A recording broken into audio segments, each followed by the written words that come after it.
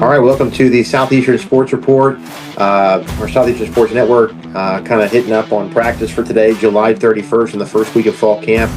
Bobby Rhodes and Mark Willoughby. Mark, you jumped on here a couple of days ago, just kind of recapping where we are. Another good day. I got to go out and see practice today. Team looks excited to be there. A lot of energy, a lot of excitement. Seems like this group is poised for. I think the players have the vibe and the feel as we do. And I think the coaches do. This could be a special season for Southeastern with the depth in certain positions that they have. If they get good quarterback play, they have a lot of athletic players around the field. I think this could be a good year for them if it can all come together on the field. We'll obviously see that as the season starts in less than a month, but a lot to be excited for as we go into the 2025 football season. Yeah, it's only day 3, so again, shoulder pads, and I think shoulder pads went on today, but it's helmets, shoulder pads, shorts. So you got to pump the brakes a little bit, as far as what you're actually seeing on the field. The biggest thing we talked about was, what does this team look like? How do they report? You look at the numbers, and as you see things play out, and you talked about practice, and this isn't your typical fall camp type of practice. This team looks like it's in week 7 or 8, preparing for a game late in the year, and because they've been here. These guys know what they're doing. They've been here. It's a veteran team, a veteran staff.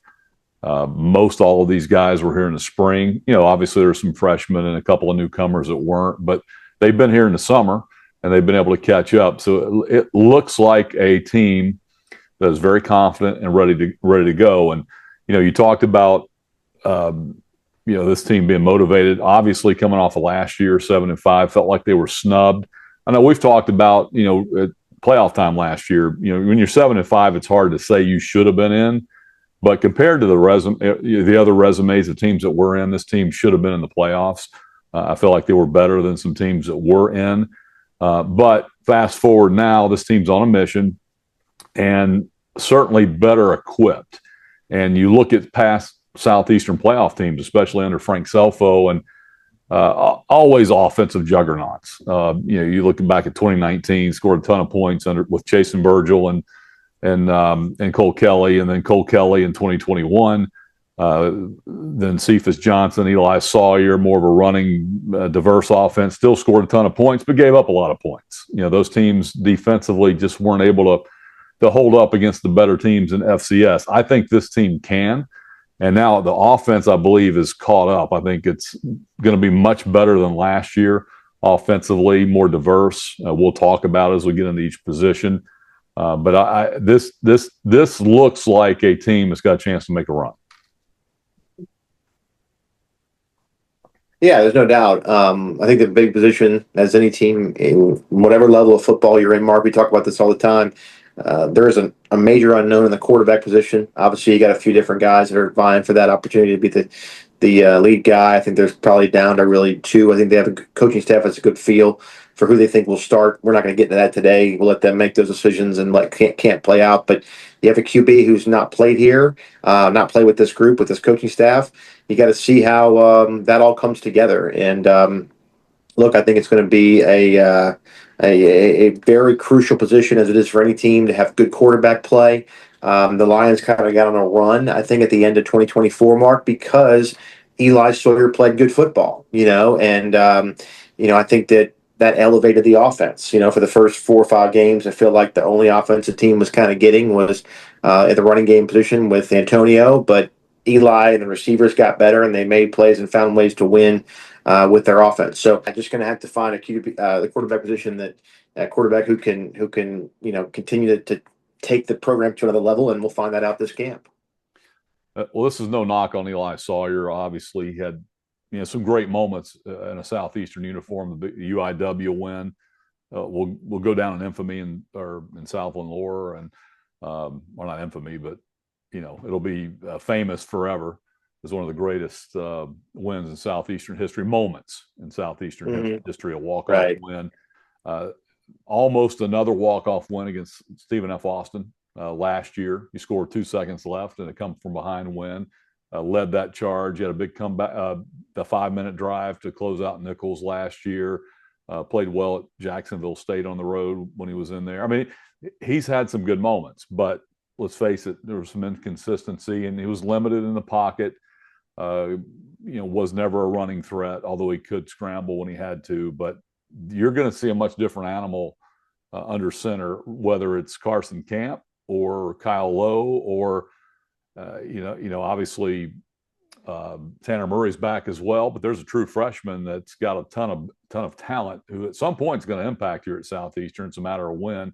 Don't want to throw him in the mix just yet until he proves himself. But Connor Nelson's another guy that is really going to upgrade the athleticism and arm talent under center. So the options are there. Who emerges, or what to emerge if we do continue to play two quarterbacks. That's kind of been the MO here under Frank Selfo. But regardless, you're going to see a guy that can extend the play out of the pocket, can throw the ball downfield, can make plays with their arms and their legs. And in Carson Camp's case, he's won games. This guy's been a starter at a high level in the Missouri Valley Conference at South Dakota, and has a win over the University of South Dakota State, who the Jackrabbits. He beat them as a freshman. So this guy knows how to win games. Was at Sacramento State, another playoff team, and so he actually played in a playoff game at Sacramento State against South Dakota.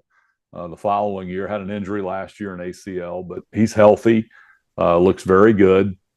Went through spring, so he's here. And then Kyle Lowe is a young man who was spent a year at Middle Tennessee and also Georgia State. So he's been at two FBS programs. He's still a sophomore. Played a little bit last year toward the end of the year, but he's super athletic. Will remind guys of Lindsey Scott a little bit as far as size and arm talent. So you have ability under center. Who emerges? Who's going to lead this team? That remains to be seen. It's not our call, but whoever it is going to have some weapons at wide receiver, a veteran offensive line, a really good stable of tight ends, solid running back group. I just feel like the offense is going to be much improved. I think it's going to be exciting to watch as we watch it play out. Defense, a lot of guys flying around to the football. I think a group with some depth in certain positions going to have to replace some guys, but overall, a lot of the guys coming back that played really well last year, and a defense that ultimately carry this team in 2024. If you really look at it on paper, they were the team that I think that continued to keep this team in games week after week. And I think that side of the ball is why I think we're all optimistic. Because you knew the offense was going to right the ship, was going to get better from last year. Just a matter of time. Frank Selfo's had under Greg Stevens, now Anthony Selfo. They're going to have good offensive football teams. Last year, in the last 2 years, have been a little bit of a step back, but now you have the pieces on that side of the ball to be explosive now. But the defense has continued to elevate the last couple of years under Bill DeTavio, who's going into his fourth year as a defensive coordinator. Now, you lose a couple of guys who are in NFL camp right now, and Warren Peoples with Tampa Bay, and I know Keydrane Callaghan just signed with Seattle. So you lose a couple of guys who may make NFL rosters, but the cupboard wasn't bare. You got a lot of guys coming back. You held on to Caleb Proctor up front. Peyton Anderson comes back, Ahmad Bradley, and the interior of your defensive line. You've got some young guys who've really grown up on the outside at defensive end. Rowan Briggs is back. And you got some other guys that also Josh Randall can rush a passer, and some other guys that are going to stabilize the edge. And then the secondary is just deep, and I would say loaded because Cameron Ford is back. He got another year of eligibility. We thought he was gone. He walked on senior day last year. You bring back Ian Connerly Goodley, who would have been an All-American candidate coming into last year, but he transferred to Troy, was a starter there, so he's back. He's a senior and a quarterback of your defense. You've got Tylen Cooper back at one corner. Blaine Delahoussaye's back.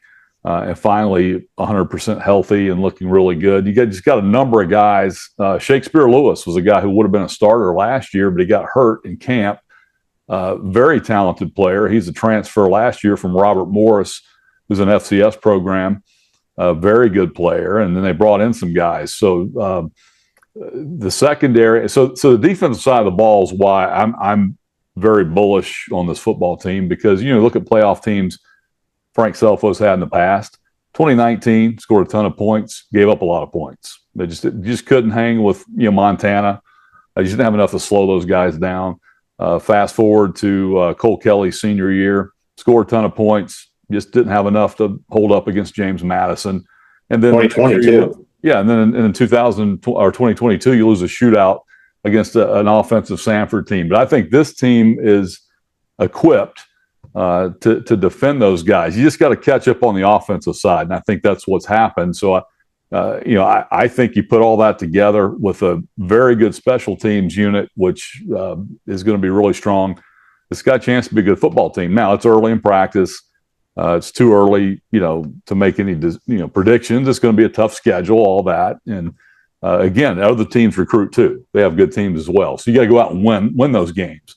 But there's a lot to look forward to. I think so too, and I'm excited to see the team come together and really kind of feed off each other. And like you mentioned, I think the last few years it's been one side of the ball's carried the other. 2023 was just kind of a mess of a lot of things.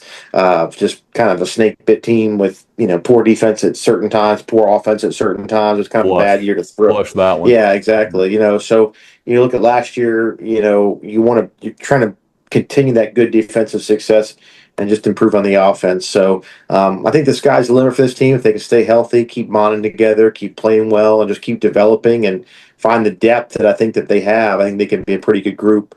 From start to finish. So we'll keep doing these, Mark. Throughout. Go ahead. Yeah, well, I was going to say the other thing you got to look at too. This team's also on a mission.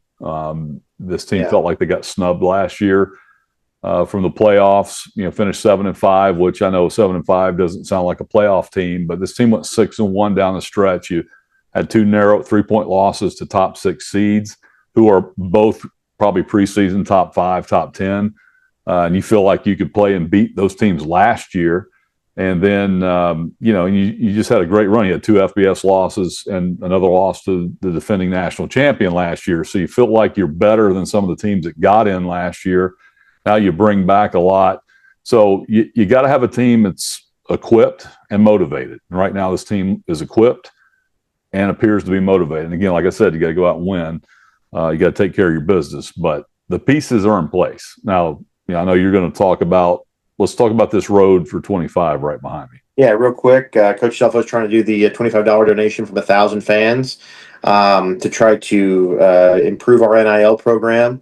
That's really not there right now, and he wants to develop that because, like I said, no matter what you do, facilities-wise, the amount of fan support, the university, the college town you're in, the location, none of it matters anymore. You could have Alabama's facilities, but without NIL, you're not going to get players. That's just the way of it right now. So he's trying to develop that program, looking for 1,000 fans to give at least $25 a month. I'm doing it. You're doing it. A lot of people are doing it. So if you have that extra, I know life's expensive out there right now. I totally understand. But if you're a Lion fan and you could find a way to come up with $25 a month on the reoccurring cycle to help the NIL program, it will go a long way for this team. It's the world we live in college athletics. And I know people at home, and especially if you're a casual football fan, maybe you go to a Southeastern game every once in a while, you follow it here and there, and not, you went to Southeastern, but you're not, a diehard fan. You think, well, NIL, that's for LSU, the Power Fours, but no, it's this level as well. And trust me, people in our conference and the Southland Conference and around the football championship subdivision, they are ankles, toes, head deep in NIL. They're spending money. We've lost players to our conference rivals, good players, guys that maybe could have had a chance to come in here and start that aren't here. There are other schools in our league because we just weren't able to keep up with NIL. So basically, if you show up and you're a season ticket holder at Southeastern, you're a diehard, there's 1,000 of you out there. And I think anybody, could probably find $25 a month somewhere in their budget to help out, because that money will go to help acquire talent. And that's just where we are. I know it sounds foreign, especially if you've been around forever and you follow college football for as long as we have. We're paying players. Well, yeah, you're paying players. And that's just where we are. So The road for 25 is what we're calling it. It's $25 a month. You can donate more, if you have the means to do it. You can donate 100 a month or 50 a month, 75 a month, whatever. That means it's just that many fewer have to pitch in. But the goal is to raise about $300,000 a year. And again, it sounds like a lot of money, but when you're dispersing that to a team of 100, or maybe it's not 100 that get NIL, but it chews that up pretty quick. So anyway, to get in the game, you gotta pay for it, and that's where we are. So we'll keep handling it, we'll keep pushing it, and just try to keep ringing it up and adding it up, and hopefully this team can compete.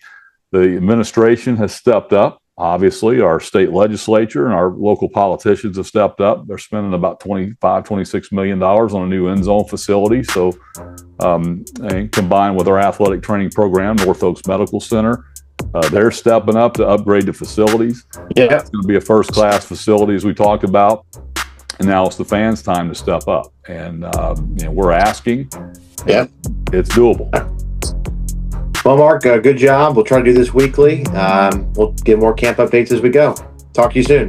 Thanks.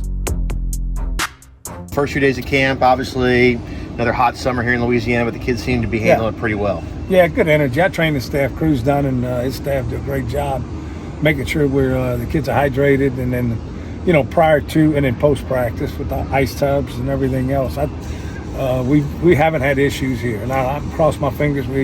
I don't see us having any this summer, so we're good. You've been doing the split thing in the early part of camp the last few years. Yeah. Talk about the advantages to that for you and your staff. Well, I think you get a chance, guys, to get reps, quality reps, and you get a chance to evaluate those guys, and that's on both sides of the ball. Who can handle some of the stuff that the packages that you're throwing at them, and especially when you look at the freshmen and the new guys that maybe didn't go through spring ball, you still want to learn some more about them. And it's not so much for the guys that's been here 3 and 4 years.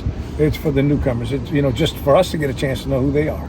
Coming back, I think your defense is what your defense and offense both are going to have exciting seasons. But just talk about your defense real quickly and what you expect from them in 2025. We got some older guys on both sides of the ball, and that lends itself to continuity. Billy's been here now for 3-4 years. That lends itself to continuity, and he'll be able to make adjustments without having to start from square one. The quality of players that we got on that side of the ball is very good. Same thing on the offensive side. We're deep on both sides of the line of scrimmage. And I think when you look at those things, that's where that's where the advantages come from. Offense, I think you'll lean on your offensive line this year a lot. Some guys coming back, going to find a new quarterback and some new players. Your take on them in the early part of camp so far? Yeah, the offensive line you always lean on. That's without those guys, we're not going to play well. So we got some depth there. We got some guys that have played a lot of years. I thought we really did a great job last year of taking advantage of who we were as an offensive football team. I think we can. We've got better personnel now that we'll be able to take it a step further for us. South end zone, you're watching it being built as you practice out here. Yeah. Just talk about what this building can do for you down the road. For this a lot of stuff going on, right? And a lot of distractions, a lot of things that are happening. And the best part is about the players, not being distracted. And I think that's where the focus has been the last couple of days, which I really have appreciated from them. But yeah, $26 million. Dr. Wainwright stepped up and got this thing done in a short period of time. And it's happening. People need to. We got the NIL thing going right now. Get in the game, $25 a month for 12 months. I mean, you got to be able to do that. We've got to be able to be, and it's got to come to football. We've got to be able to do that to compete. If we don't do that, just go back somewhere else. Go back to the early 2000s because this is where it's going to be. Coach, appreciate it. Thank you, man. Appreciate it.